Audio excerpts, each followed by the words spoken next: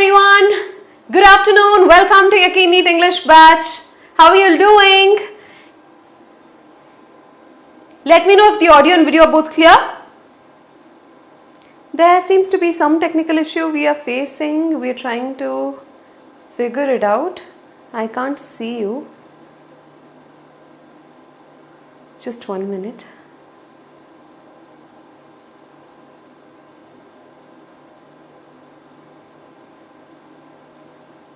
Sorry guys, just 1 minute. He's trying to fix it, but for some reason it won't play. What is wrong today?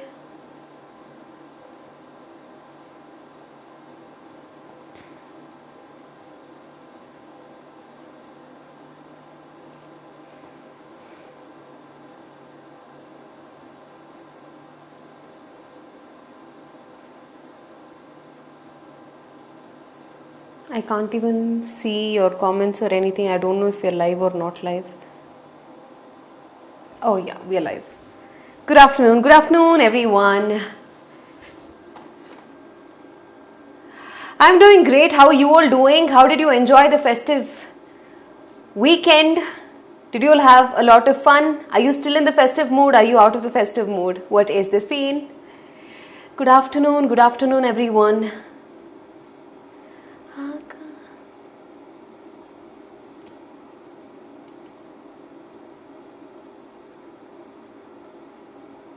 All right. I think we wasted enough time. We should get started. Okay. Good afternoon, everyone. It was great. Great food and everything, no? Festivals are so nice. Out of festive mood. Study mood. That is the kind of energy we need in class. NCERT revised. Maliha, great. Kannada song you want me to sing? Pratiksha. All right. Cool. So in today's class, we are starting with a brand new chapter which is called Photosynthesis in higher plants. This is my favorite chapter because every time when I started off teaching in colleges, every time I went for an interview, this is the chapter that I chose, and there's not one interview that I have failed. So I think I teach this chapter really well. Okay, so my health is fine. I'm doing perfect. Thank you for asking. All right, so let's get started. Everybody is ready. Give me a thumbs up. At the end of the class, I'll sing a song.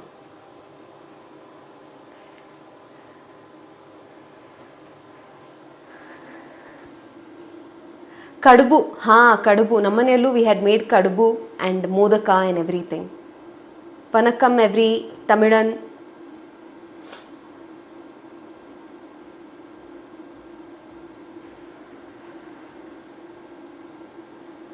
Oh, it's someone's first class. Jasraj's first class. Welcome. Cool. Let's get started, guys. I will disable the comments for a little while. In the end of the class, we'll decide which language, song and all of that. Aita? Okay, we'll get started. Today we're doing like something very small. Like only the first probably 1.5 pages of NCERT. But I want you all to pay attention. Most people overlook this part thinking it's not important. Questions will not appear in the NEET exam. But there have been instances where questions are asked from this small, not so important part as well. So we all want 180 out of 180 in botany, right? So you can't afford to skip any one line also. So we will cover this in absolute detail. Photosynthesis is one of my most favorite processes, not this chapter. But if you think about photosynthesis as a process and how it came about on earth, it will blow your mind. Like we talk about superheroes a lot, right? Superheroes are people with superpowers. According to me, like plants have this superpower that nobody else has. They can literally convert the energy in the sun into something that the rest of us will depend on.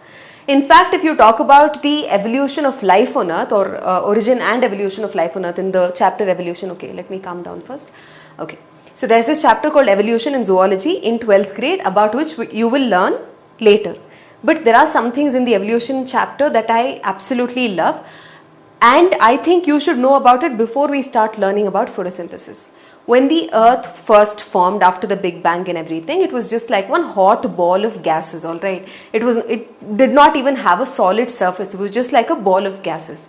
And over time meaning millions of years, so many changes happened on earth, and there were so many millions of years of torrential rains that took place that cooled the earth's surface down, and it solidified the surface of the earth. Many millions of years after the earth was formed, immediately after earth was formed, life did not form on earth. It took, I think, 2 billion years after earth was formed for life to originate on earth. And the first forms of life that originated on earth were the first kind of autotrophs to originate on earth. Organisms that had the ability to make their own food. They were not photoautotrophs, they were chemoautotrophs. They were trying to create energy out of chemical reactions and not from photosynthesis. Back in that time, the atmosphere did not resemble today's atmosphere. In today's atmosphere, we have 20+% of oxygen in today's atmosphere, but back then there was no oxygen at all. It was a reducing type of atmosphere, and the oxygen that was there was in water, but there was no molecular oxygen. You know what got oxygen to our atmosphere? It is photosynthetic organisms. Can you imagine living without oxygen for like 2-3 minutes? We can't, right? Without that, all animals would die, all aerobic organisms would die, because without oxygen we do not know another way to obtain energy, right? So when these photosynthetic organisms evolved on earth, because of those tiny photosynthetic bacteria, because of those tiny unicellular photosynthetic organisms, they started to photosynthesize, they started releasing oxygen into the atmosphere, and eventually over millions of years, a reducing atmosphere became an oxidizing kind of atmosphere. We had oxygen in our atmosphere, which paved way for us. If not for that one process, we would not exist today. No animals would exist today, because without plants, without photosynthesis, we don't get anything. For us to survive, what are the two most basic things we need? We need food, we need oxygen. Where do we get our food from? You can say I ate chicken curry or something, but what does that chicken eat? The chicken depends on plant-based food, right? So directly or indirectly, we are dependent on food. Okay, you may survive without food for a week, for 10 days, but without oxygen, can you live? Where do we get that oxygen from? It is these superheroes that will give us those oxygen molecules as well as food. So we have to do pranam to plants every single day, because if not for them, we do not exist at all.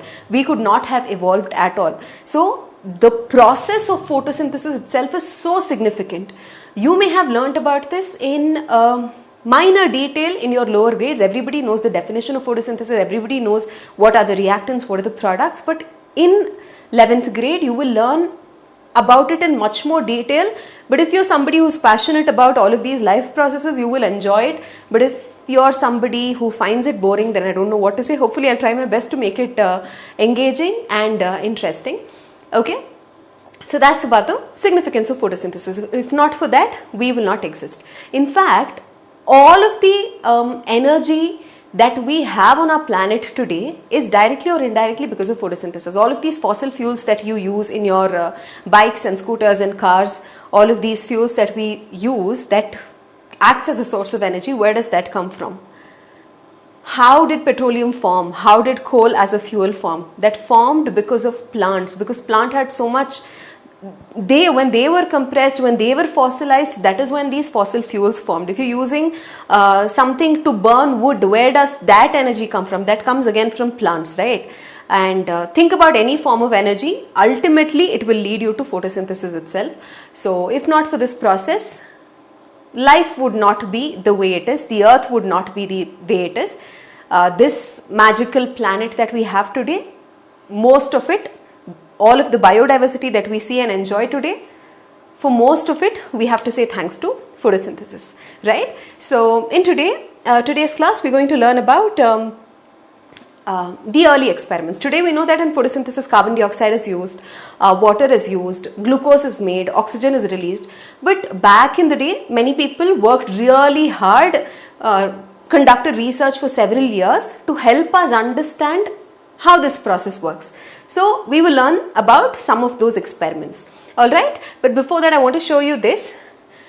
Actually, I told you that plants are superheroes because plants are the only organisms that can harness the sun's energy. They will absorb the sun's energy and literally fart out oxygen that we all breathe, right? So that is super cool. Unicorns farting rainbows is not cool. Plants giving oxygen, that kind of, makes life happen for the rest of us, that is super cool. So plants are superheroes, period. Now, we'll start off with the first experiment, which is called the variegated leaf experiment. In NCERT, these experiments are given under two headings. What you already know is one heading, early experiments is the other heading. What experiments you will learn under what you already know are the kind of experiments that you may have learnt about or performed in lower grades, like in your high school. So first we are going to give you a recap of those experiments related to photosynthesis that you may have done in your school days. After that, we will learn about some of the earliest experiments that researchers performed to find out about what we know today. Okay, is that clear? Give me a thumbs up.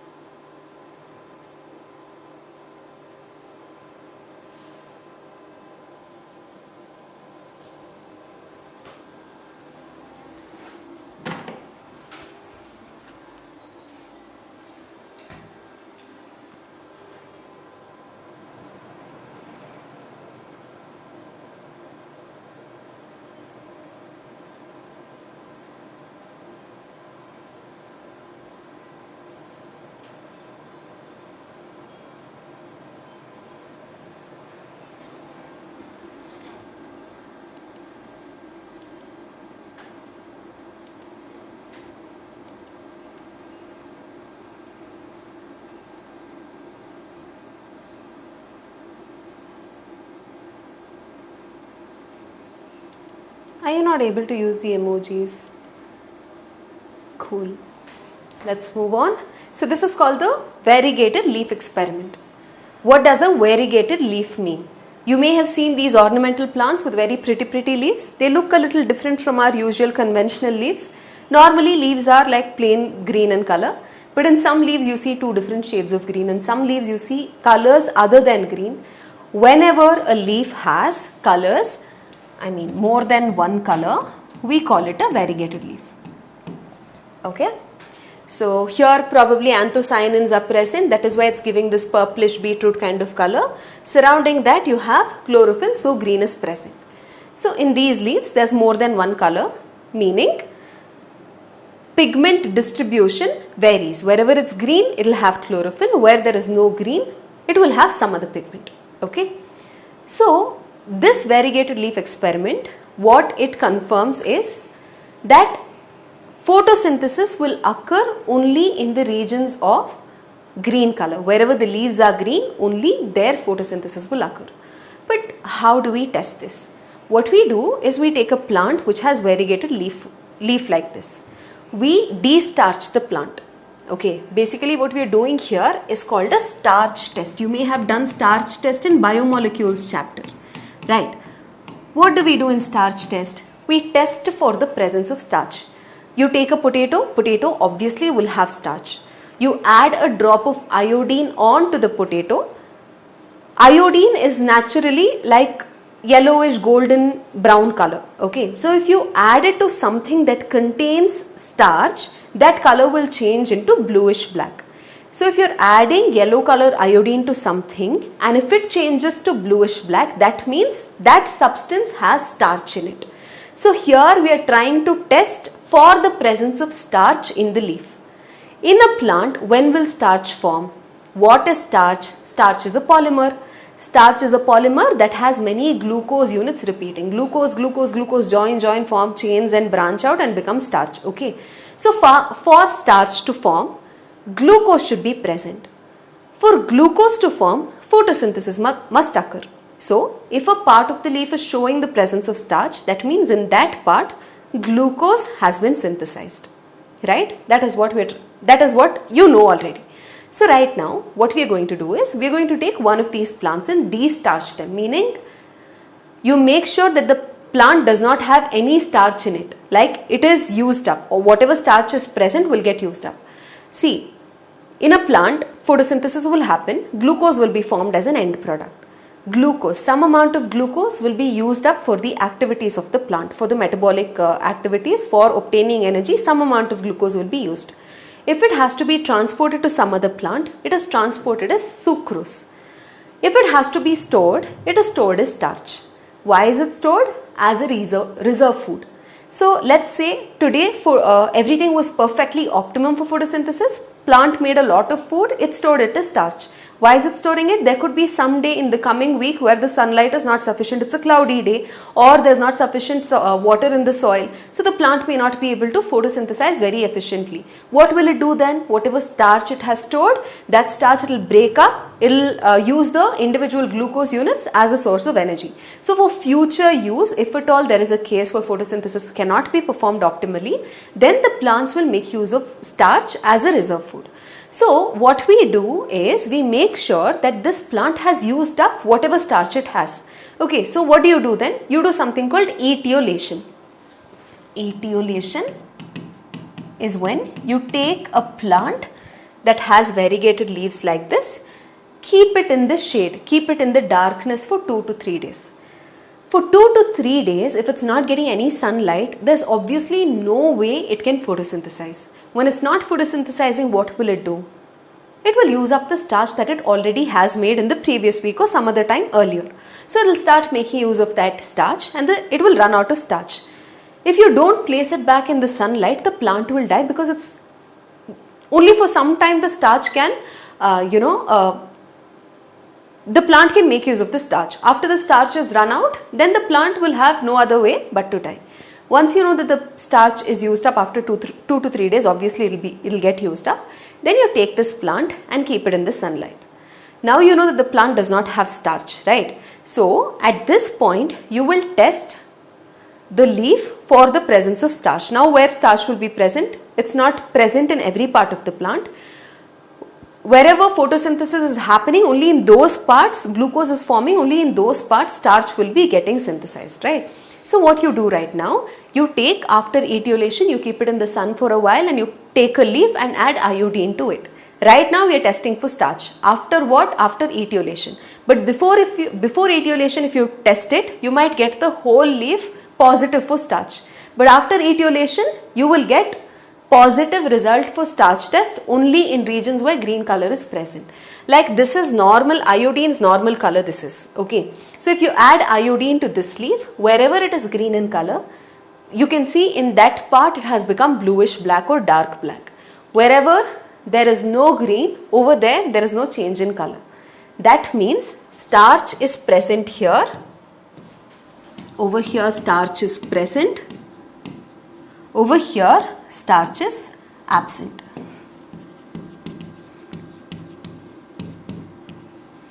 Okay, because over here photosynthesis did not take place. Alright, so this is your variegated leaf experiment. What does this show us? What does this conclude? What can we conclude from this experiment? That for synthesis of starch, for formation of glucose, for photosynthesis to take place, this green color region is essential. So we get to know that chlorophyll is essential for photosynthesis. Right? Next, let's study about another experiment. It's called Moll's half leaf experiment. From this we will get to know that carbon dioxide is essential for the process of photosynthesis. What do we do now? We take a potted plant and this potted plant again is destarched, or we can say it is etiolated. You make sure that the plant does not have any starch left in it by keeping it in the dark for 2 to 3 days.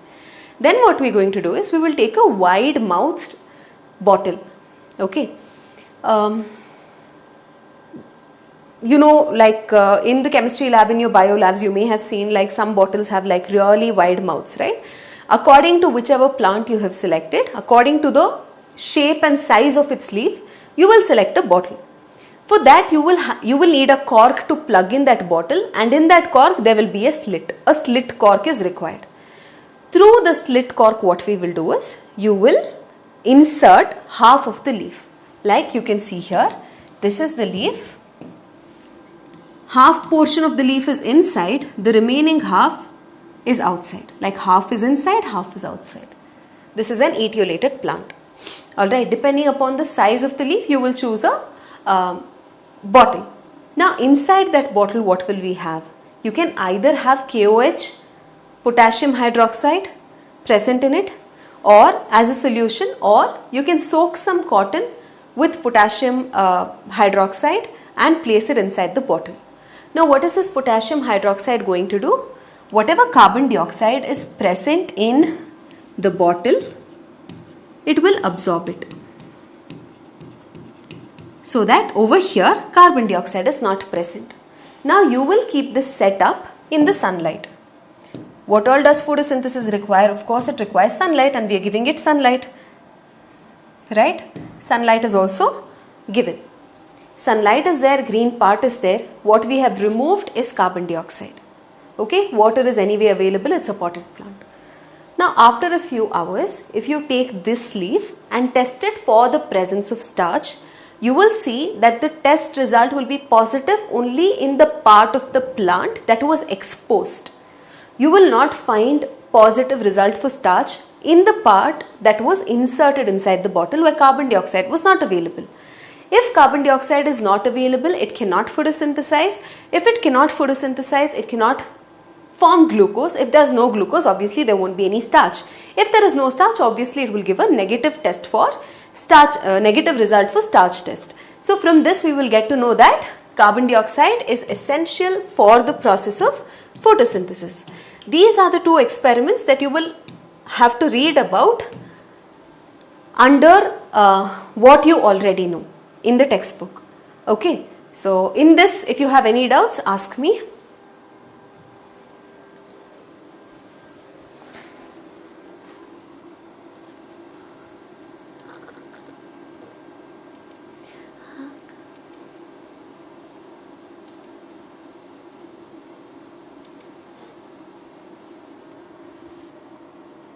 Because photosynthesis did not occur Prachi. If there is no photosynthesis, there is no glucose. If there is no glucose, there is no starch. Etiolated means you destarch it. You keep it in the dark for some time. So starch will be used up. Alright. Now we will learn about few other experiments. In your textbook, it is under the heading early experiments. This was very early on. Right? This is not half leaf experiment. This is Joseph Priestley's experiment. Heading is wrong.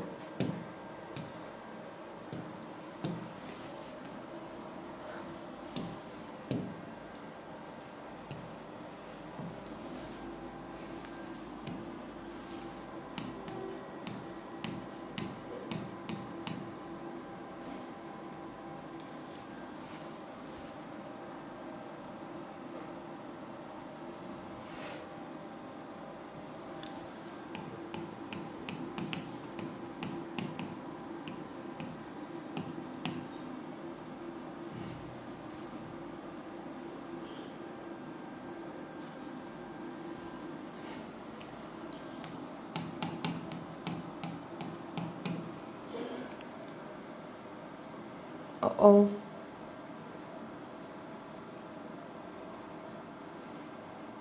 That's my OCD.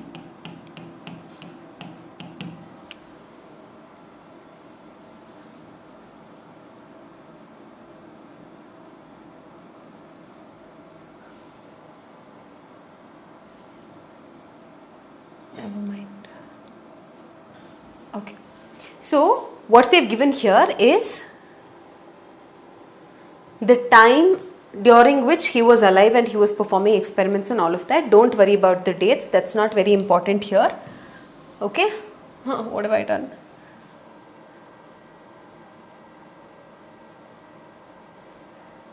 I'll fill this up later for you. Okay. Let's not worry about it for now. Yeah. So Joseph Priestley performed experiments by making use of bell jars. His series of experiments are called bell jar experiments. So what he uses in his experiments are candles, mice and a plant, okay, and a bell jar. Very simple setup. What he does is, he takes a bell jar and he covers a burning candle with a bell jar. Okay, so there's a candle that is lit up, it is burning. He closes the candle, he covers it with this bell jar. After a few minutes, he will notice that the candle has gotten extinguished, like it has gotten turned off, like it's off. There is no flame anymore. Then what he does, he takes a mouse and he covers the mouse. He suffocates the mouse inside this bell jar. For a couple of minutes or for a couple of hours, the mouse will survive inside the bell jar, but eventually it will die. Okay. So he says that a mouse or any animal like a mouse and the candle will damage the quality of the air in some way. Okay. So what he's saying is, this candle is becoming extinguished, this mouse is dying inside the bell jar experiment, right, in the bell jar experiment. So what he says is, the reason they're dying is because this animal is breathing, because this candle is burning, the quality of the air is damaged. How is it damaged? They're removing some component of the air for their breathing, for their burning. Okay. Because of removal of that component from the air, the quality of the air is damaged. In his next experiment, what he does is, along with the candle, along with the mouse, living mouse, he will place a mint plant within the same bell jar.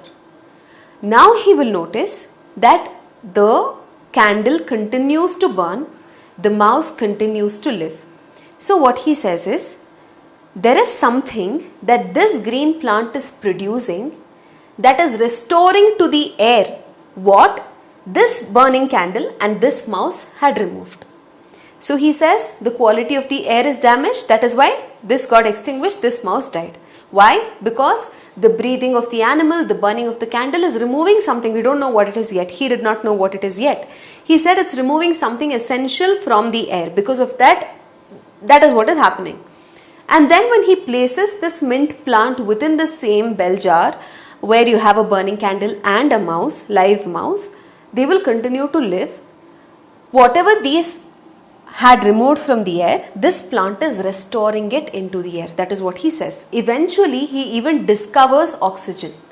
Okay, he realizes that it is oxygen that is being removed from the air for this process, for the breathing of the animal and the burning of candle. And it is oxygen that the plant releases into the air to restore the damaged air. Okay. So from this experiment we will get to know that a byproduct of photosynthesis is oxygen. Alright. Are you getting my point? So you know that for breathing, for animals to survive, oxygen is absolutely essential. For combustion, for burning of a candle, oxygen is absolutely essential. So when this is burning, this is breathing, it would have used up the oxygen in the air within the bell jar. Once the oxygen is run out, it's over, there's no more oxygen present inside the bell jar. What happens? Candle will get extinguished, mouse will die. What happens when you place a plant inside? It will perform photosynthesis and release oxygen back into the bell jar, and that will continue to keep the mouse alive and keep the candle burning. Here, what he says, his conclusive statement is, plants restore to the air whatever breathing animals and burning candles remove. He is the person to have discovered oxygen in the year 1774. Okay. Now, the next experiment is Jan Ingenhousz's experiment. Jan Ingenhousz also performed an experiment using a plant. He used an aquatic plant which is called hydrilla. Okay. So the aquatic plant is called hydrilla. We've learnt about hydrilla, I think, in some chapter. Have we? Have we not? No, not yet. We will learn about it in 12th grade. Okay. So what he does is, he takes this beaker, fills it with water, because obviously this is an aquatic plant, it requires water. He will invert a funnel and close a test tube on top of it. This is how simple the setup is for his experiment. So what happens here is, he will see that when you place this setup in sunlight, only when you place this setup in sunlight, you can see bubbles arising from the plant. You can see bubbles arising from the surface of the plant. In fact, you can do this at home today. Take a plate or a bowl, put a fresh leaf, freshly plucked leaf inside that, pour some water onto it, keep it in the sunlight. Go after 20 minutes and see, on the surface of your leaf you can see bubbles. You can see small bubbles. So basically that is what even he did. So when he placed it in the sunlight, he noticed that bubbles were appearing on the surface of the leaf. In fact, that got collected at the tip of this test tube as well. So he says that these bubbles will form only when you place the setup in sunlight. In the absence of sunlight, these bubbles will not form. Okay. So he says, whatever process Priestley said, by whatever process plants will restore what animals have used up, by whatever process oxygen is released by the plant, for that process to take place, sunlight is essential. In the absence of sunlight, that process will not take place, is what he concluded. Okay, over here this can get a little confusing. He showed that sunlight is essential to the process that somehow purifies the air fouled by burning candles of breathing animals. Okay. He performed this experiment with an aquatic plant called Hydrilla. In bright sunlight, small bubbles were formed. In the dark, they did not form any bubbles at all. Over here, he later identifies that these bubbles are oxygen bubbles. Over here, Priestley is the one to have discovered oxygen. He is the first person to have discovered that something called oxygen exists in the air. A molecule called oxygen exists. It was already discovered by Priestley. But what he does is, since it's already discovered, he identifies the same molecule being collected here. So when you're asked who discovered it, then your answer should always be Joseph Priestley. Alright. So this person identified that these bubbles are oxygen, but oxygen was already discovered by Priestley earlier. Okay. So he showed that these green plants will perform some process in the presence of sunlight and release some gas, and that gas bubbles will contain oxygen. Okay, so from his experiments, what do we know? We know that sunlight is essential for that plant process. Alright, from the previous experiment, what do we know? From variegated leaf, we know that chlorophyll is essential. From Moll's half-leaf experiment, we know that carbon dioxide is essential. From Joseph Priestley's experiment, we know that oxygen is getting evolved, like the plant is purifying the air. And from Jan Ingenhousz's experiment, we get to know that sunlight is essential for that process. So we know carbon dioxide is required, sunlight is required, green parts are required, oxygen is released, and sunlight is essential. Alright, so these are the things we get to know from these experiments so far. Next, you have something called Junius von Sachs contribution. They have not mentioned about his experiment in your textbook, so let's not worry about it. So what this person says is, he says that in the leaves there are special bodies within which there is green colored structure. We don't know it's called chlorophyll, those special bodies are called chloroplasts. At this time, microscopy had not advanced that much, so people did not know what are organelles, what is present inside the cell, all of that. So what he says is, there is some green substance. Today we call it chlorophyll, but he did not know it then. There is some green substance present inside plant cells. Also inside plant cells, where is it? Is it in the cytoplasm? No, it is located inside special bodies inside plant cells.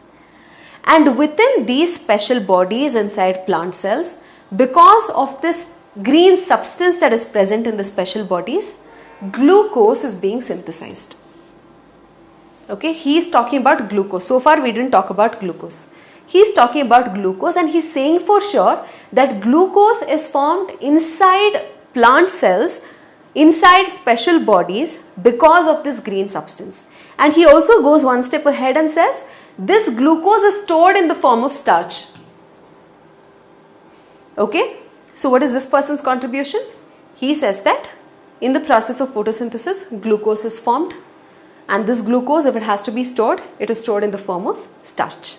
Alright, now we'll talk about T.W. Engelmann's experiment, which is beauty. It's a really nice experiment. So by then, people knew that for photosynthesis to take place, sunlight is absolutely essential. Now within the sun's radiations, you have various wavelengths of light, right? So you have your visible wavelengths of light, and then you have infrared, ultraviolet, all of that, which we can't see. It's not visible. His question was, do plants respond the same way to all wavelengths of light? Do plants absorb all wavelengths of light at the same rate? So if I am giving only red light, will the rate of photosynthesis be the same as if I give green light? Let's say there are two plants. I am illuminating one plant with only green light, one plant with only red light. Will both these plants perform photosynthesis at the same rate? If they are the same species, pretty much the same age, everything. If there are two extremely similar plants, if you are giving them with two different wavelengths of light, will the rate of photosynthesis be the same? Or is there any wavelengths that the plants prefer? Such a beautiful question, such a beautiful way to think about it, right? So what he does is, he takes a prism to split the light into various colors that you can see in the visible spectrum, right? From 400 to 700 nanometers, you have the visible spectrum, VIB, GYOR.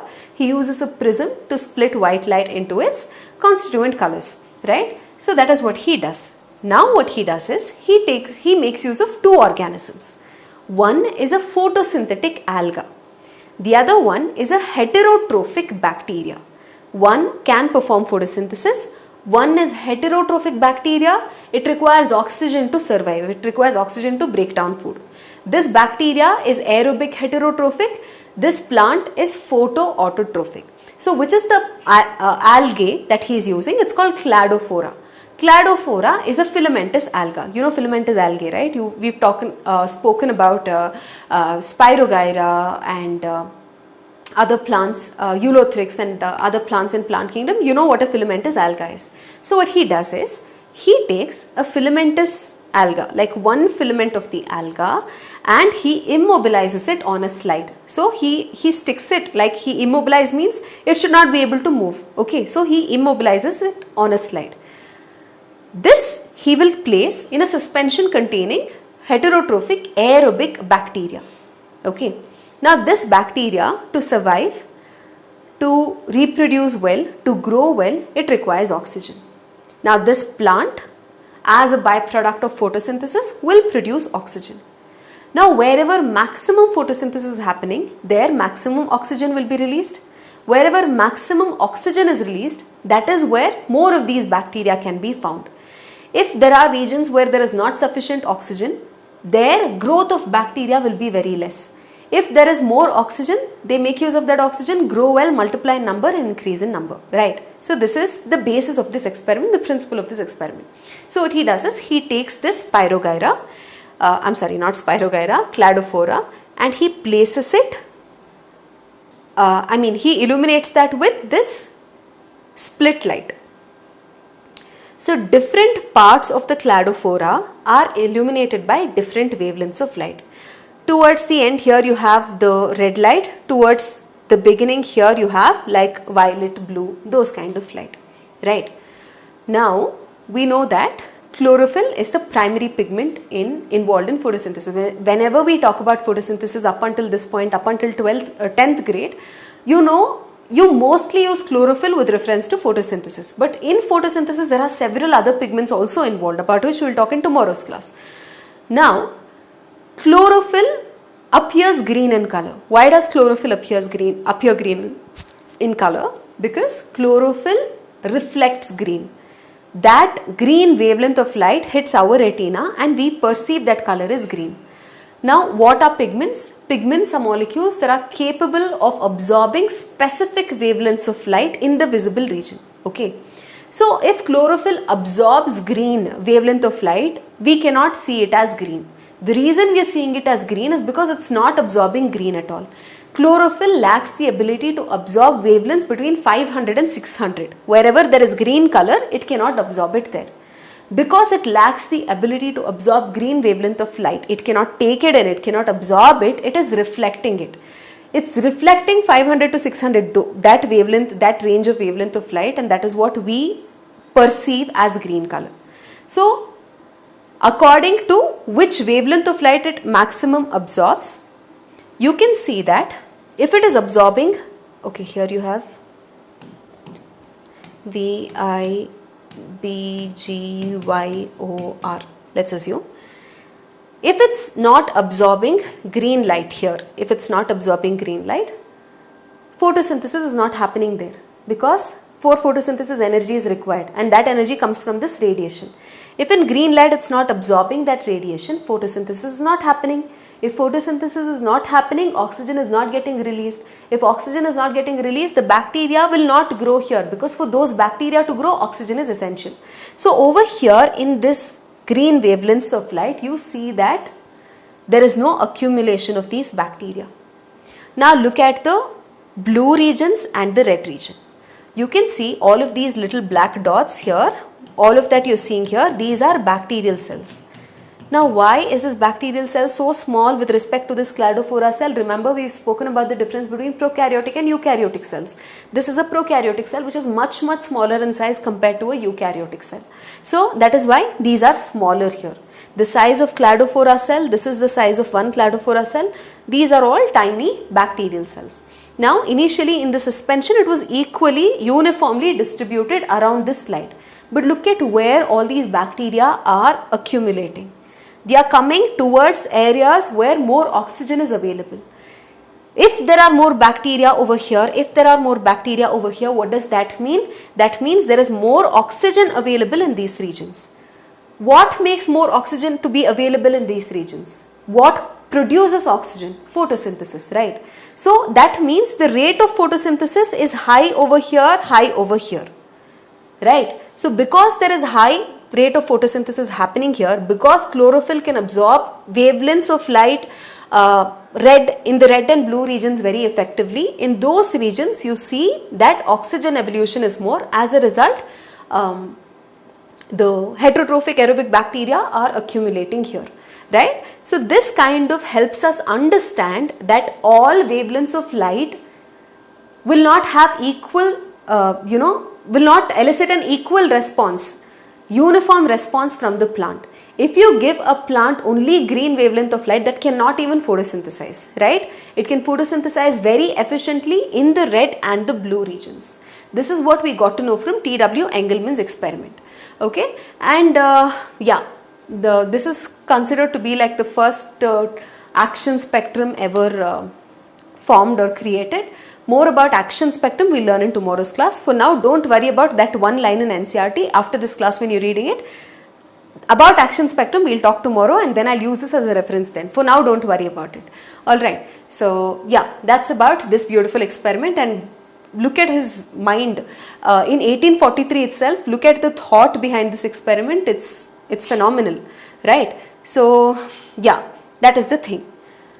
And then by the mid 19th century, because of all these experiments, we kind of got to know what exactly is happening in photosynthesis. We know that carbon dioxide is essential. We learnt that from our experiments here.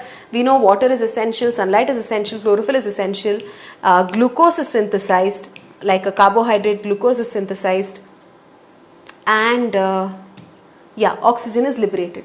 Like the equation of photosynthesis was kind of, people knew about it, right? Now, let's talk about the last experiment for today. This is Cornelius van Niel's experiment. Generally, even this experiment is very interesting.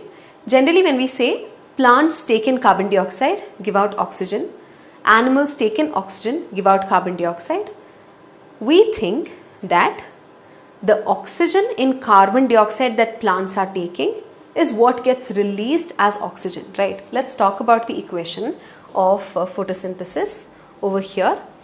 Now you see, in carbon dioxide, oxygen is present. In water, oxygen is present. and oxygen is liberated as a product.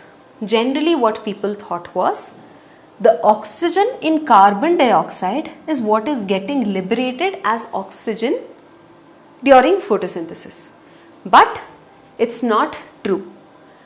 It is oxygen from water that gets liberated as oxygen. How did we get to know about this? We got to know about this in Cornelius van Niel's experiment. So what was he researching? He did not work with higher plants. He worked with some photosynthetic bacteria. There are some types of bacteria called green sulfur bacteria and purple sulfur bacteria. In these bacteria, after photosynthesis is performed, photosynthesis means what? Synthesis of glucose in the presence of sunlight. Whether you use water or not, that is a different matter, right? So if by harnessing the sun's energy, organic matter is being synthesized, we call it photosynthesis. In these groups of bacteria, prokaryotic photosynthetic organisms, green sulfur bacteria and purple sulfur bacteria, he noticed that after photosynthesis, glucose is being formed but oxygen is not being released. Instead of oxygen being released, sulfur is forming. So what he noticed was, in these green and purple sulfur bacteria, water was not used as one of the raw materials. Why do we need water in photosynthesis? In photosynthesis, water donates the hydrogen for the formation of glucose. From carbon dioxide and water, if you are making glucose, carbon dioxide requires hydrogen, right? That hydrogen comes from water. Water is essential because that is the one donating this hydrogen for the synthesis of glucose. But apart from water, other molecules also can act as hydrogen donors, and we saw that in the case of green and purple sulfur bacteria. Over here, instead of water being a reactant, instead of water being a raw material, hydrogen sulfide was the raw material. So over here, hydrogen donor is hydrogen sulfide and not water. In such organisms, after photosynthesis, oxygen is not released. That is called anoxygenic photosynthesis.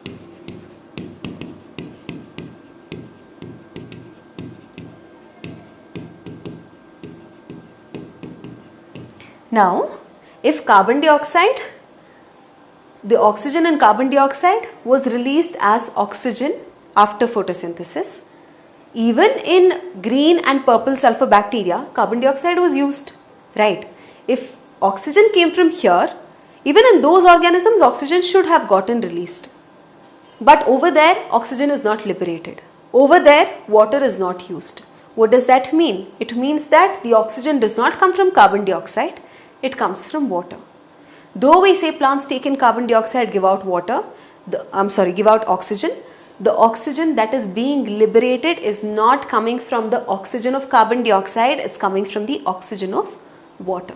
Alright, how exactly all that works we will learn going forward.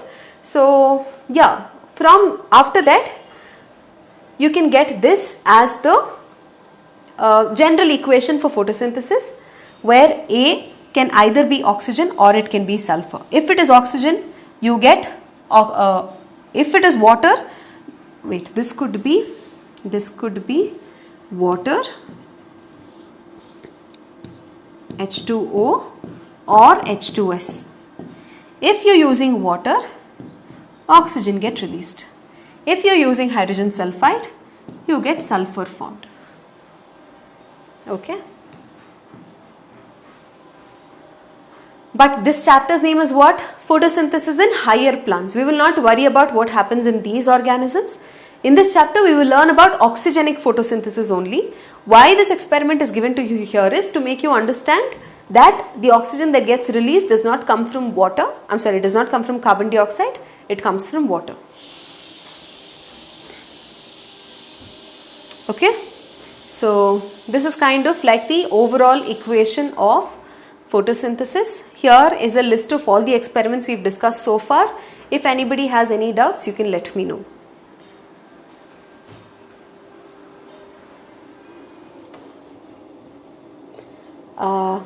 Dates maybe not much. If you ask me, Kirtana, everything is required. but dates are not very important, names are essential. How water is formed in green or purple bacteria, Kirtana is asking.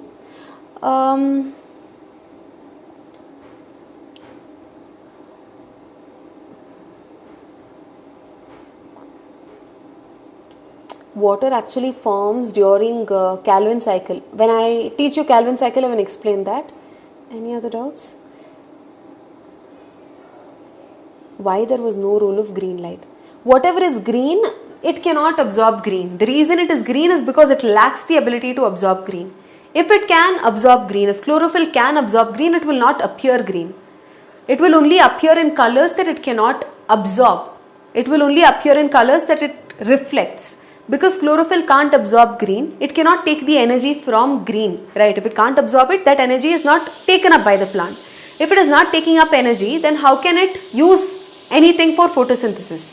For photosynthesis, energy has to come from sunlight. If it's not capable of absorbing it in that wavelength, it obviously cannot make use of that energy, right?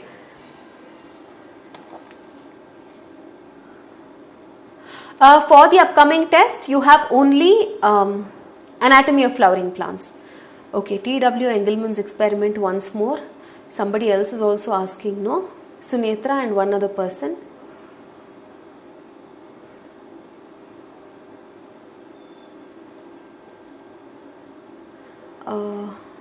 Faume, I don't understand your question. What do you mean by nature of reducing agent?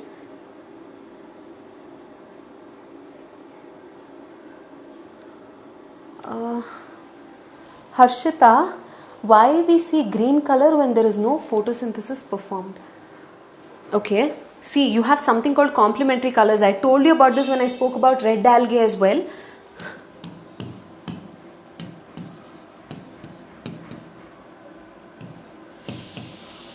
Okay, so these are your complementary colors. Whatever absorbs violet will appear white. Whatever absorbs blue wavelength will appear orange. Whatever absorbs green will appear red. What absorbs red will appear green. Now, chlorophyll is a pigment. Take any pigment will have the ability to absorb specific wavelengths of light only. No pigment can absorb all wavelengths of light equally. Okay, so they will have their own preference according to their molecular structure. Tomorrow we learn about it, more about it. Okay, so what happens is chlorophyll is a pigment. Okay, we perceive chlorophyll as green in color. Why? All the wavelengths of light are hitting chlorophyll. It is absorbing violet, indigo, blue, yellow, orange, red, but it lacks the ability completely to absorb green. If it's not absorbing green, that wavelength hits chlorophyll, it's not getting absorbed, it gets reflected. That wavelength of light that is reflected will hit your eyes and you will perceive it as green. So, if you're giving a plant that has chlorophyll only green wavelength of light, it lacks the ability to use that energy. If it does not use that energy, it cannot make food. To make food, energy is required. And that energy comes from sunlight itself. In that wavelength, the pigment completely lacks the ability to absorb. Okay, understood? Yes, Harini, I heard your voice note. It was very sweet. It made my day. Thank you so much.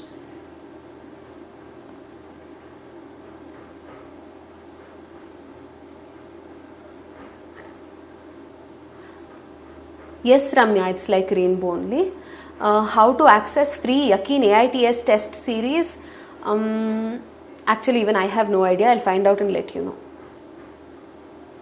In the next test, there is no photosynthesis chapter. Only you have anatomy of flowering plants. I've given some very tricky questions. Let's see if you can answer or not. Now I'll give you like an overview of what happens in photosynthesis. So far, what do we know? So far, what do we know? We know that photosynthesis requires carbon dioxide, it requires water. In higher plants, water is required. In bacteria, green sulfur and purple sulfur bacteria, hydrogen sulfide will do the work. But over here, we are talking specifically about higher plants, so I am writing water. And we require sunlight.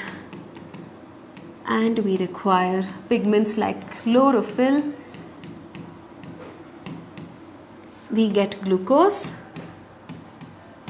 and we get oxygen, right? You have learnt photosynthesis as a single step reaction up until this point. Actually, photosynthesis is not as simple as it seems. It's not like one direct step where carbon dioxide, water, everything is taken in and glucose gets formed. It happens in multiple steps and multiple phases, and we are going to learn about the beauty of it in this chapter. So, this happens in two phases. Okay, it happens in two phases, or let's say it can happen in two stages. In the first phase, which we call the light dependent phase, okay, the first phase is called the light dependent reaction, or simply light reaction, or you can even call it photochemical phase.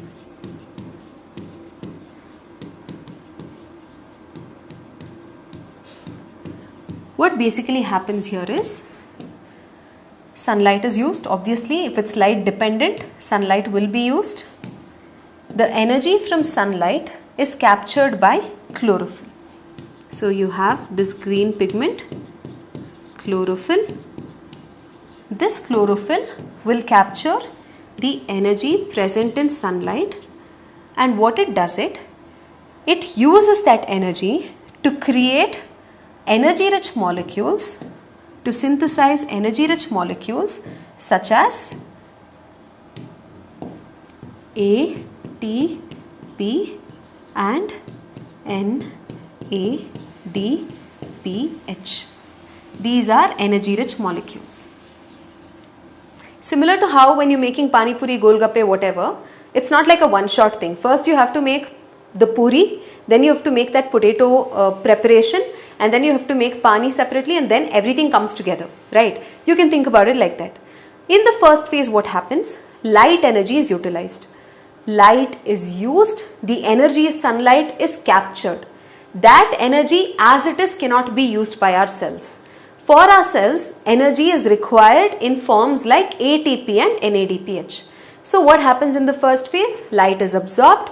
That energy is converted into molecules which are of high energy, such as ATP and NADPH.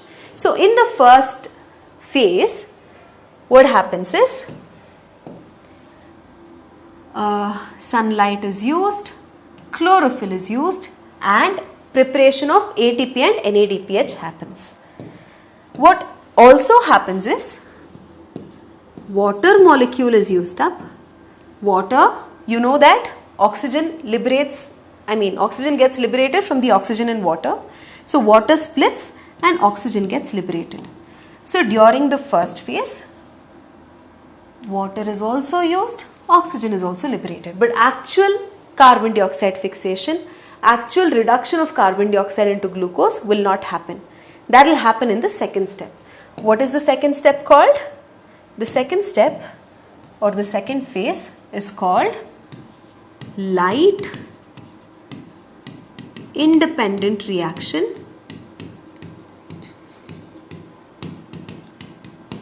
or dark reaction, or biosynthetic phase.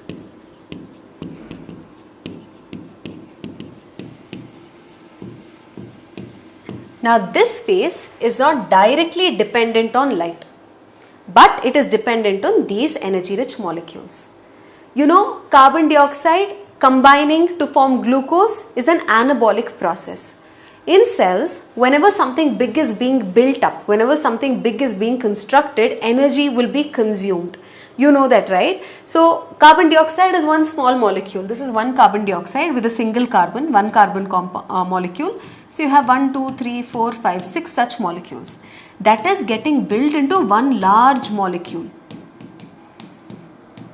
So if from something small, something bigger is being built, that is called an anabolic process, and that will consume energy. Where is that energy coming from? It's coming from sunlight. Are we using sunlight as it is directly? No, we will absorb the energy from the sunlight. We will take the energy present in the sun's radiation. We will convert it into some other form. And that some other form is ATP and NADPH. Right now in the dark reaction, carbon dioxide will get reduced to glucose. So over here, carbon dioxide will form glucose, and for carbon dioxide to form glucose, energy is required, and that energy comes from ATP and NADPH that was synthesized in the light reaction. Are you getting my point? Oh, what is this happening on the chat?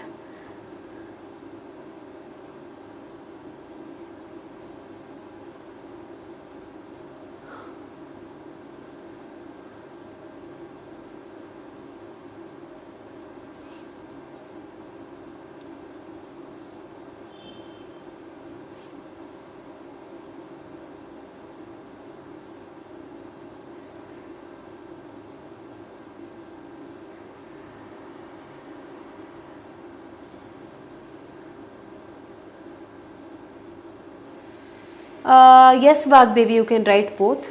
Does anybody have any doubts in what I've taught right now?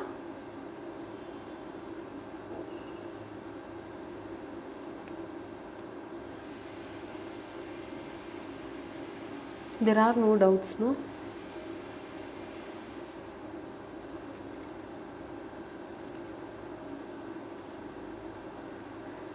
I said, Shakil, that doesn't mean green apple is red. Green apple is green.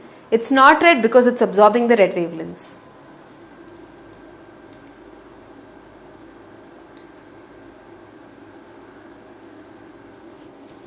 Yes, water splits with the help of sunlight. Okay, photolysis of water we call it. We'll learn about it in the next class. So this is clear, right? Carbon dioxide utilization, glucose formation happens in the second phase. Water, sunlight, chlorophyll gets used in the first phase. Oxygen formation and formation of these energy rich molecules happens in the first phase. Over here in your textbook it's given that this is light reaction, this is dark reaction. Why this is calling it a dark reaction is actually a misnomer. This will not happen in the dark. It does not require darkness to happen. This basically does not directly depend on sunlight, but it depends on products of light reaction. Only if there is sunlight this can form, only if this forms this can happen. So this does not depend on this, it depends on product of the light reaction. That's why we call it light independent. We call it biosynthetic because it is in this phase that glucose is getting synthesized. Alright. Ankur, no, second phase also takes place during the day itself.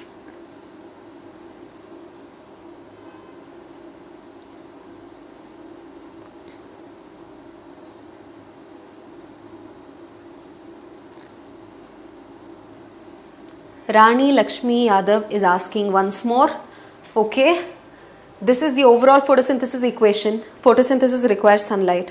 It will not absorb sunlight and directly immediately make glucose, because to make glucose, sunlight's energy cannot directly be used as it is. For anabolic reactions, for reduction, we require ATP, we require NADPH. This NADPH itself will give electrons. Okay, about it we'll learn later. For now remember, if glucose has to form, these are required. And how will these form? These will form from sunlight. Sun's energy is used to make these energy rich molecules. And what has the ability to capture sun's energy? Only pigments. So chlorophyll will capture the energy in sunlight and make these energy rich molecules. In this same process, water will split and liberate oxygen. All of this will happen in the presence of sunlight, so we call it the light dependent phase or the light reaction. Now during the light independent phase, simultaneously as this is happening, this will also proceed. Over here the carbon dioxide will make use of this energy from the light reaction to get reduced into glucose. I think that's the slowest I can say. Polls, yeah, we will conduct. Safalta test series, I think for you all will start in December or Jan. If everything is clear, give me a thumbs up. In your notes, I want you to write this kind of equation and write about the experiment. Like, how did we know that carbon dioxide is utilized in photosynthesis? We know that from Moll's half-leaf experiment. Moll is not mentioned in your book, so you write half-leaf experiment. Okay, and then sunlight, how from which experiment we know about water, that water gives rise to oxygen and not carbon dioxide. How do we know about oxygen? Julius von Sachs about glucose production. Chlorophyll, variegated leaf experiment. So like that, I want you to write it down and send me pictures. Okay?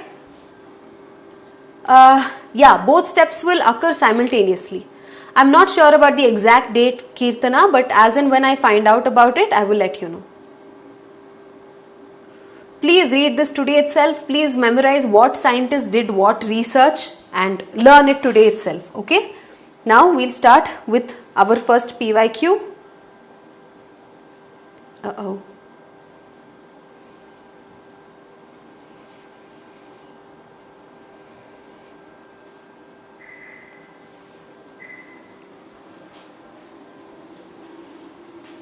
No, Sapalta test series is free for everyone.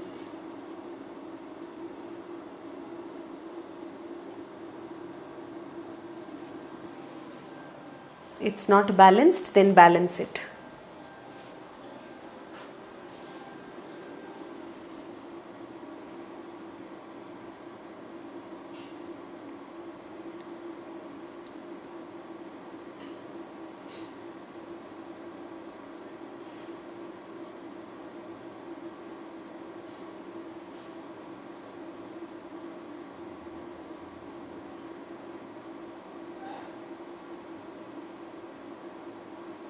I'll let you know when I find out. In tomorrow's class, I'll get the information and let you know. Okay? I'm not very sure about it. I don't want to give you wrong information. I'll find out and let you know.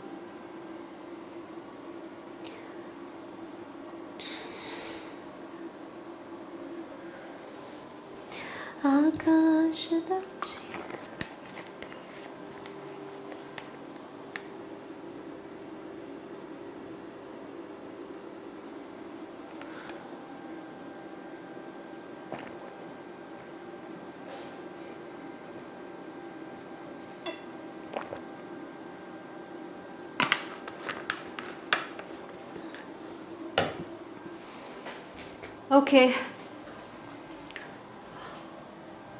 Can you tell me who the scientist is? Name of the scientist in the chat box.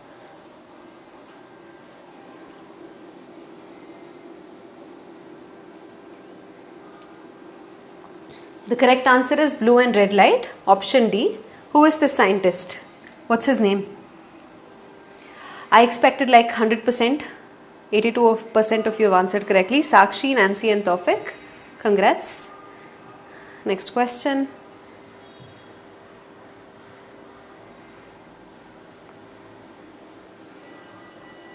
Yeah, Engelmann.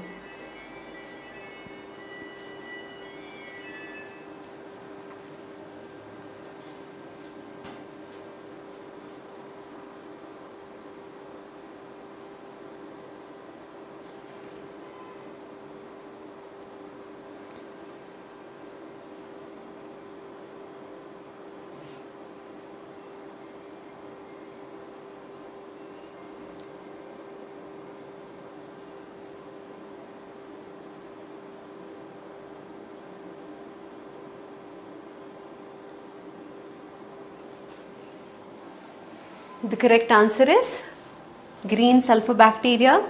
Nostoc is a blue-green alga. It performs oxygenic photosynthesis. Cycas is a gymnosperm. Higher plant. Cara is a green alga.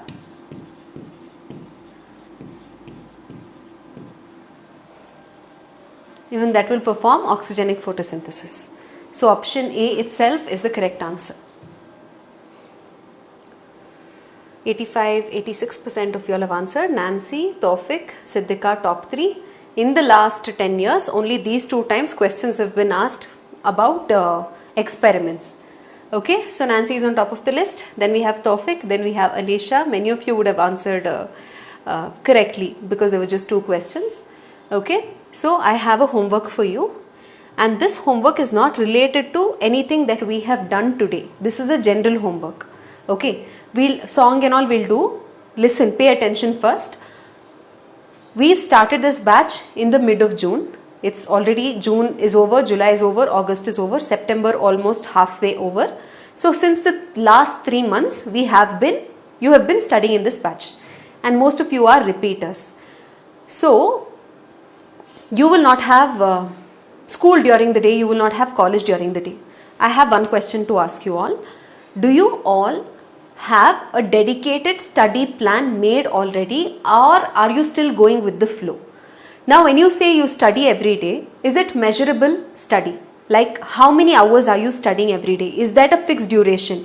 Do you study in the mornings during some days? Do you study in the evening some days? Depends upon how your mood is feeling. Is it that, or you have a dedicated plan? Do you have a dedicated plan yet? Like every morning I'm going to wake up at 6 o'clock. From 6 to 8 o'clock I'm going to do chemistry.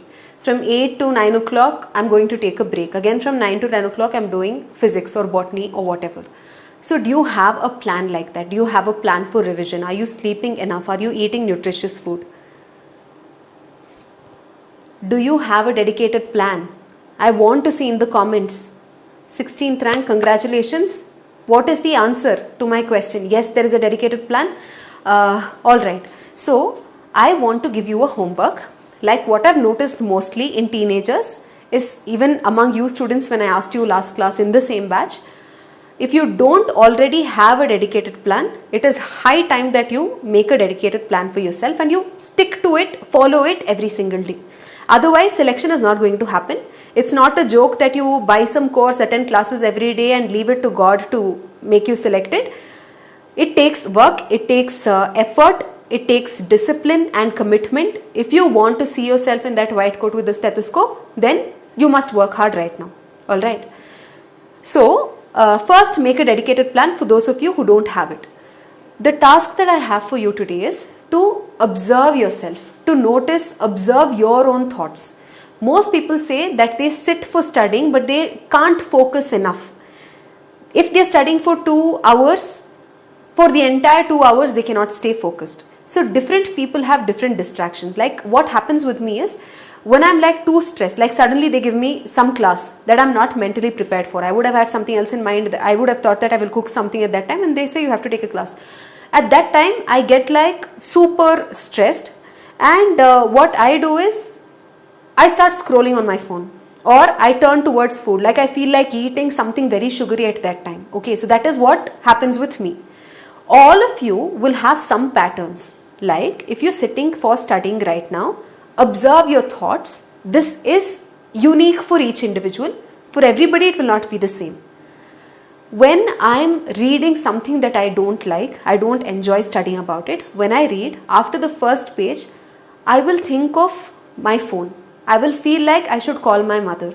I will feel like I should go get a snack. I will feel like I should get out and watch TV. I will feel like I should go and drink water.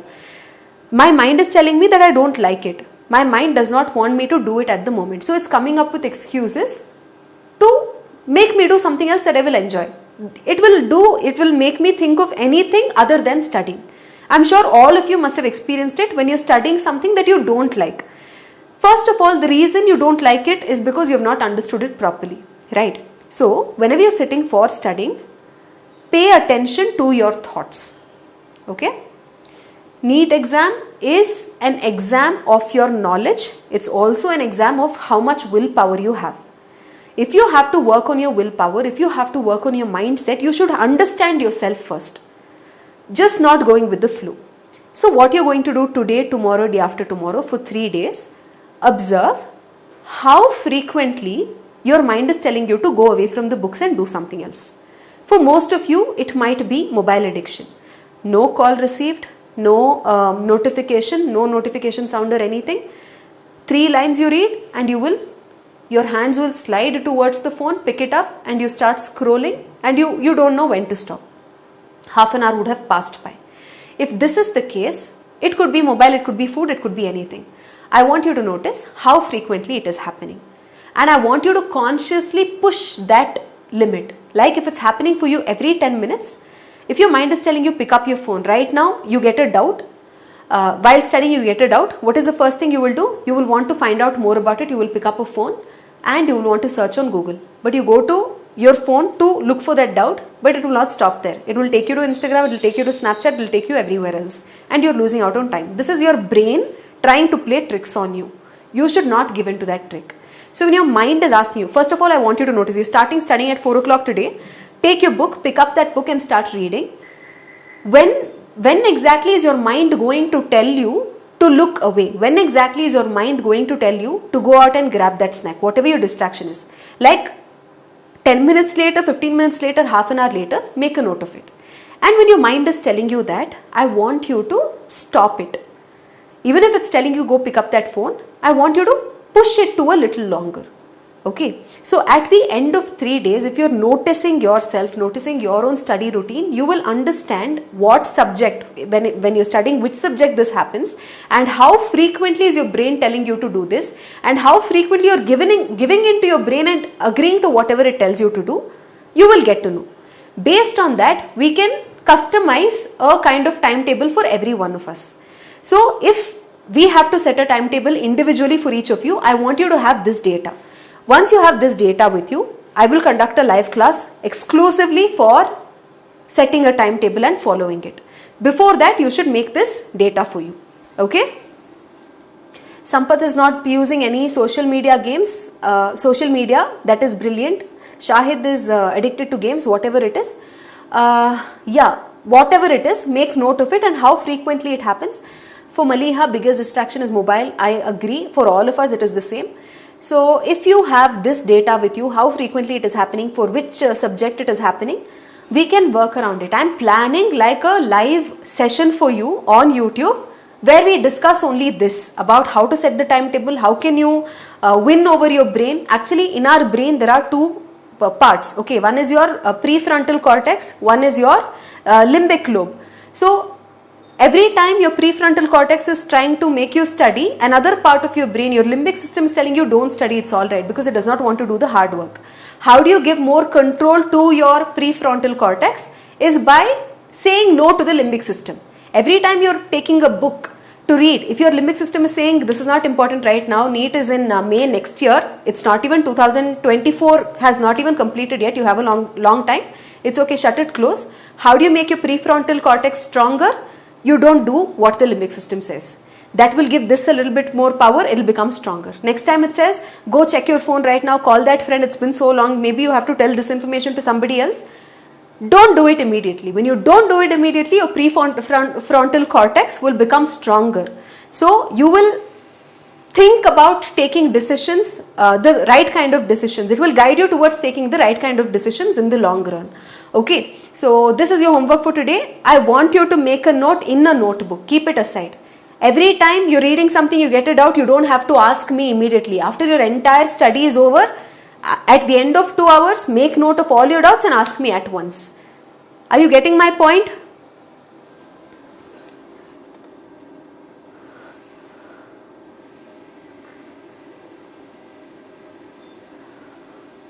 Aishwarya, you're saying you're getting extreme panic.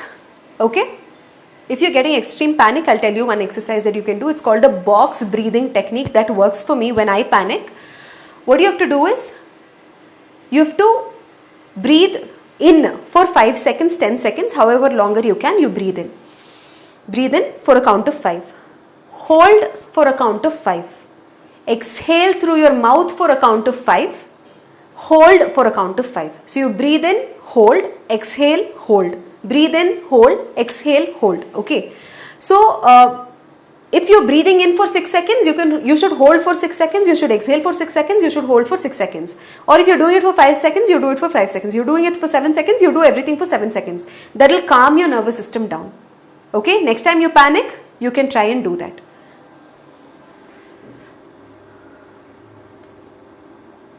Lokesh, you can ask me doubts personally on Telegram. whatever it is, your issue you're facing, whatever is the resistance that you're facing while studying, that is something that you should first identify. Unless you identify that, you will not be able to work on it.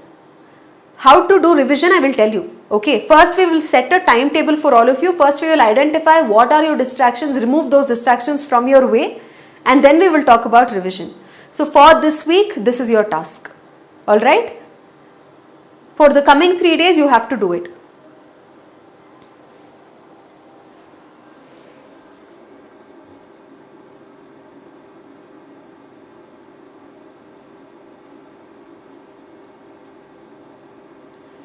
Lal Nanthari forgets everything. Okay, for revision we will do later, but for now, first analyze yourselves. Sit down and analyze where you're going wrong, what is your distraction, how frequently it happens. Then probably on Friday, Saturday, Sunday, sometime on YouTube we can conduct a live and I'll give you exactly tips on how you should make a timetable. Okay, overthinking is Vagdevi's big problem. We will overcome that also. Sahiti, I am trying to make this weekend, but before that you should have data with you. You should have an idea about what is your fault, where you are getting distracted, what are your distractions, how frequently it's happening and all of that.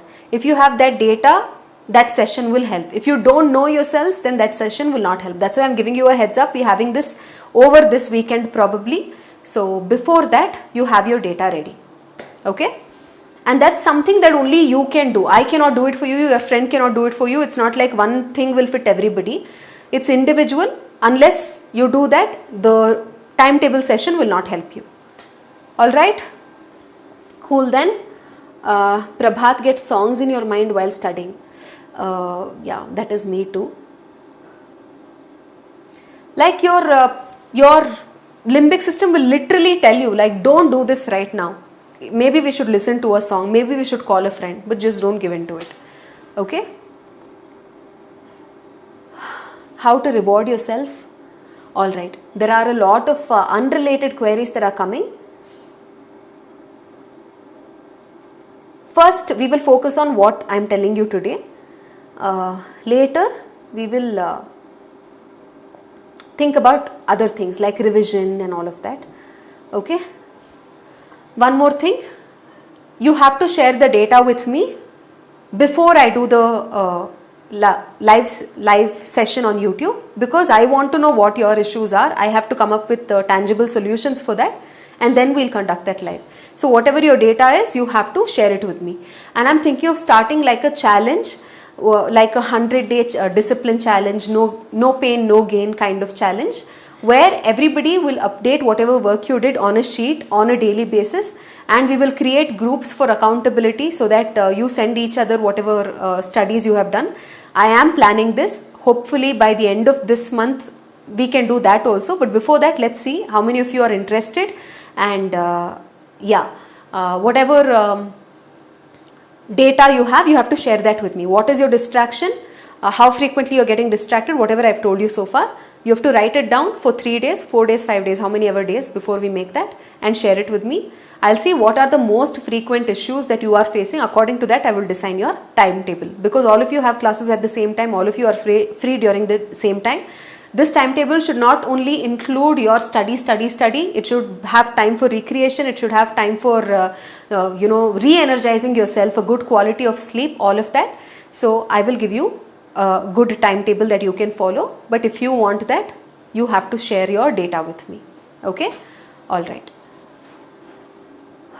Sunetra, I understand, I get you. We will do that also. I want everyone, like I literally wish for everybody who has bought this batch to get like maximum score possible and land a medical seat in a government seat in a medical college.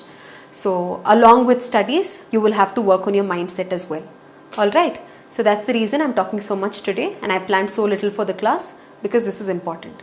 Some of you are laughing and making fun, fine. If it helps, if whatever I spoke helps even one person over here, I will be very happy. Okay? Thank you for joining today's class.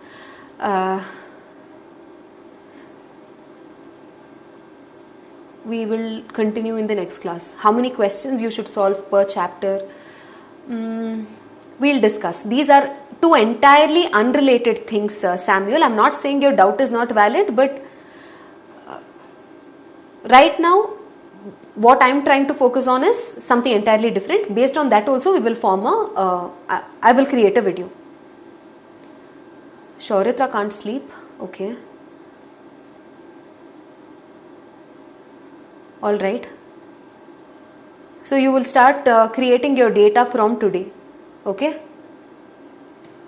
We will form groups, small groups for accountability, and we'll do that challenge towards the end of this month. Cool. All right. Thank you all. See you again tomorrow. But before that, I need your data. Today's data, today itself.